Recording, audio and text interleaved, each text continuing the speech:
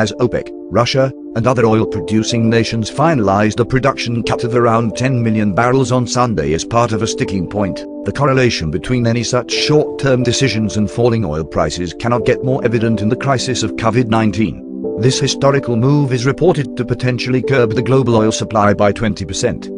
While things have been bad since January after coronavirus broke out in China and started spreading to other nations, the travel restrictions followed by other implications are undoubtedly wreaking havoc on multiple sectors, including oil.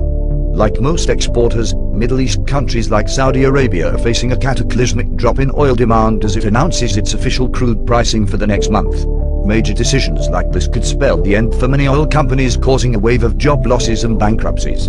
In 2020, Middle East oil products demand was seen falling 2.9 to 5%. Amid ample supply yet low demand because of cessation of traveling and aviation, the latest estimates from S&P Global Platts Analytics, the crude demand in Middle East region is going to drop by 2.9% in 2020, with plunging jet fuel by 15% and gasoline usage by 6%.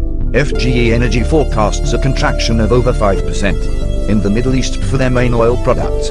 With lockdown extensions, the economic conditions in Saudi Arabia does not look good either, and same with United Arab Emirates UAE, the second largest Arab economy. Further, consumption of gasoline in Iran averaged only about 40 million litre per day in late March and now have confirmed the 9.7 million cut for May and June. Crude is a globally traded commodity, with current scenarios and future shifts maintaining the balance.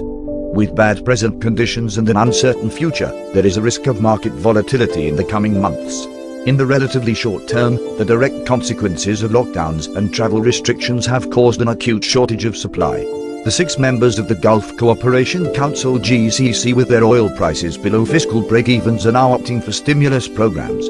Despite the oil price collapse in 2014, Middle East oil exporters still rely on crude revenues.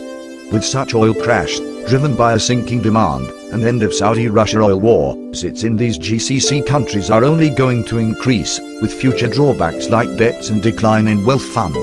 While muted gains in oil prices, end of a price war, and such similar flash-in-the-pan commitments might bring in some hope from time to time, there is no denying of the fact that the global oil demand is all set to contract for the first time in the last 11 years.